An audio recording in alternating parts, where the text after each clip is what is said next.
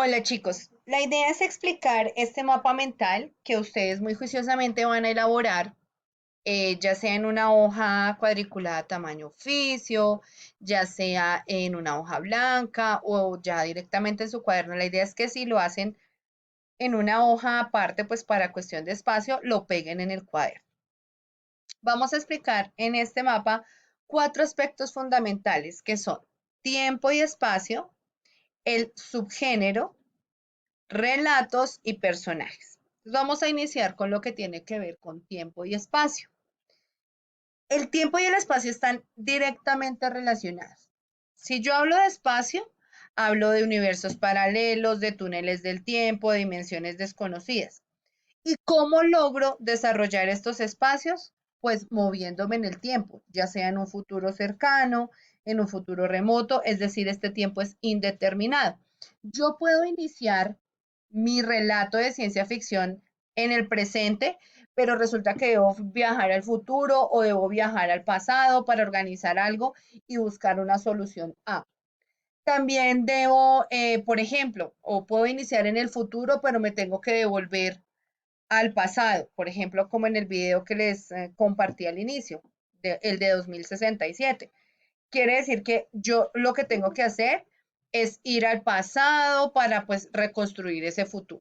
Entonces, el tiempo y el espacio están directamente relacionados en el orden de que pues como debo moverme entre el pasado, el presente y el futuro, pues muy seguramente ese espacio estará relacionado con la máquina del tiempo, con los túneles del tiempo, con el viaje a otras dimensiones. Luego tenemos lo relacionado con el subgénero. Aquí vamos a ver dos aspectos fundamentales, que son las utopías y las distopías, y cómo estas se relacionan y generan una crítica o generan una posición frente a las situaciones, digamos, sociales que se viven. Entonces, por ejemplo, ¿qué es una utopía? Una utopía es la representación de un mundo idealizado, un mundo perfecto y sin problemas. Entonces, todos quisiéramos vivir en un mundo donde no hubiese guerra, donde no hubiese violencia, donde hubiese igualdad, donde las condiciones estuvieran para que todo se desarrollara de la mejor manera.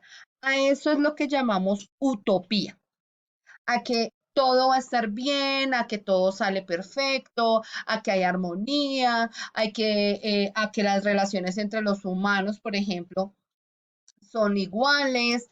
eh, y está la relación con la distopía. La distopía es el mundo en donde se encarna todo lo maligno, ¿sí? En donde se quiere ejercer control por medio del sometimiento, en donde se genera, digamos, como la discordia que siempre va a generar la dificultad. Entonces, la ciencia ficción está entre la mezcla de lo utópico y lo distópico, ¿sí?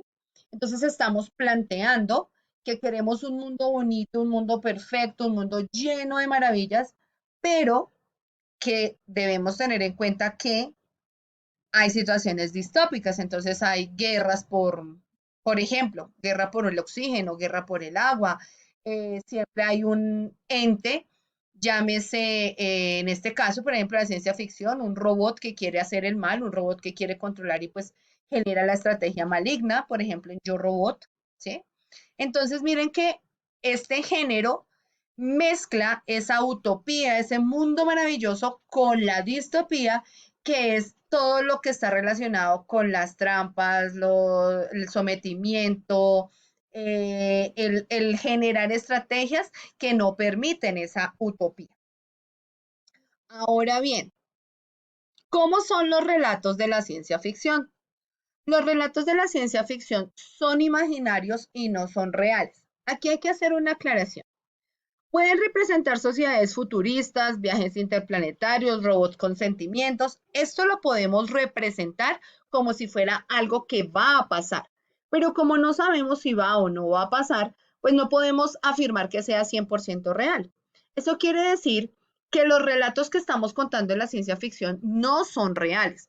Pueden partir de una realidad, pueden partir de la falta de oxígeno, pueden partir de la falta de agua, pueden partir de la realidad ya no tan lejana de que podamos viajar a otros planetas y establecer vida, ¿sí?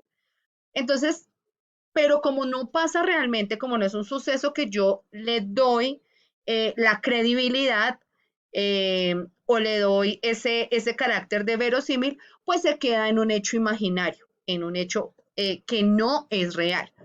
Por ejemplo, en mi época, hace se veía la película de Volver al Futuro.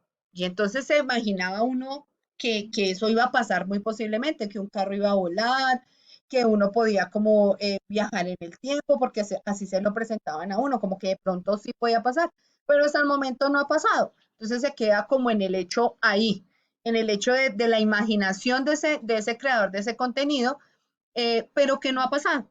Realmente no ha pasado y pues hasta ahora se, se empiezan como a ver algunas cositas que de pronto en esa época eran tan futuristas, pero que para la de nosotros ya no es tan futurista.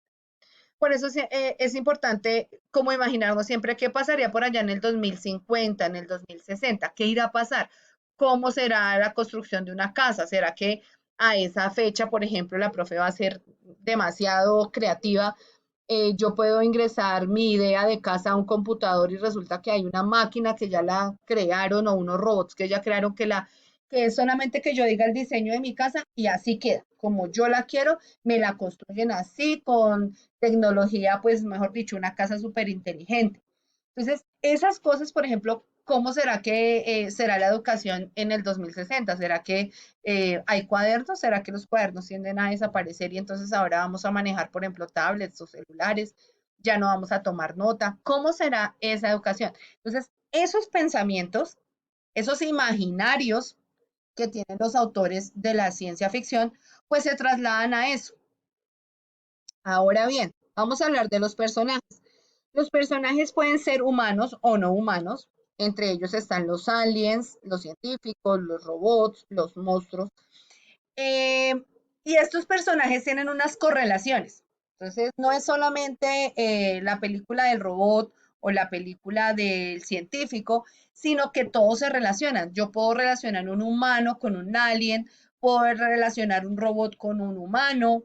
Entonces, la dinámica la dinámica que hay entre ellos establece diálogos, establece soluciona dificultades y esto nos permite identificar eh, también, pues, cuál es el personaje principal, cuál es el personaje secundario, cómo se desarrollan esos personajes dentro del diálogo. Y pues en términos generales, digamos que todo tiene una visión futurista.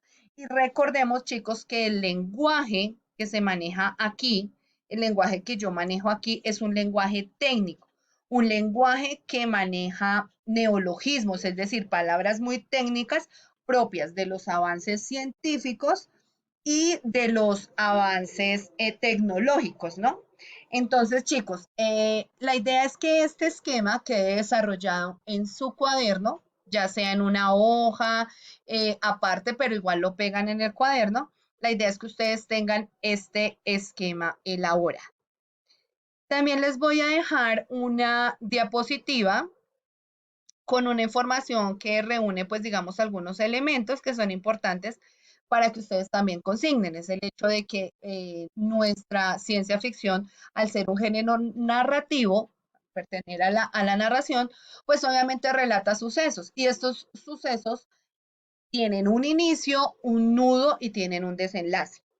El hecho de que el tiempo y el espacio se muevan constantemente no significa que empezamos a distorsionar, digamos, la estructura narrativa. Hay un inicio que nos da las pautas para conocer el contexto, para conocer los personajes y para, pues, como el enganche de la trama. Luego viene el nudo, que es donde se desarrolla pues toda la parte fuerte de la historia y se generan pues las acciones que los personajes desarrollan para darle solución a esos conflictos o esas situaciones. Y está el final. El final pues obviamente puede ser un final positivo, un final en el que pues todo se solucione, que todo tenga un final bueno, como también puede suceder el final inconcluso o un final también negativo en el cual pues como que no se logra solucionar nada, o un final inconcluso en el que pues podría llegarse a presentar una segunda, tercera, cuarta parte. ¿Listo? Entonces, chicos, la idea es que ustedes hagan este esquema si le quieren incluir los dibujitos, hacerlo así pues con colores que identifiquen las partes que estamos trabajando, pues muchísimo mejor. También les voy a dejar una diapositiva para que consignen esa información en el cuaderno y vamos a desarrollar dos ejercicios interactivos en dos cuestionarios de Live Worksheets que nos van a permitir como fortalecer y poner en práctica esta información que estamos escribiendo. Son dos ejercicios muy sencillos y la idea es que ustedes por favor los envíen el resultado de la calificación de esos cuestionarios por Santillana Actividades. Les agradezco mucho, chicos, su trabajo, su compromiso y que tengan todos un excelente día.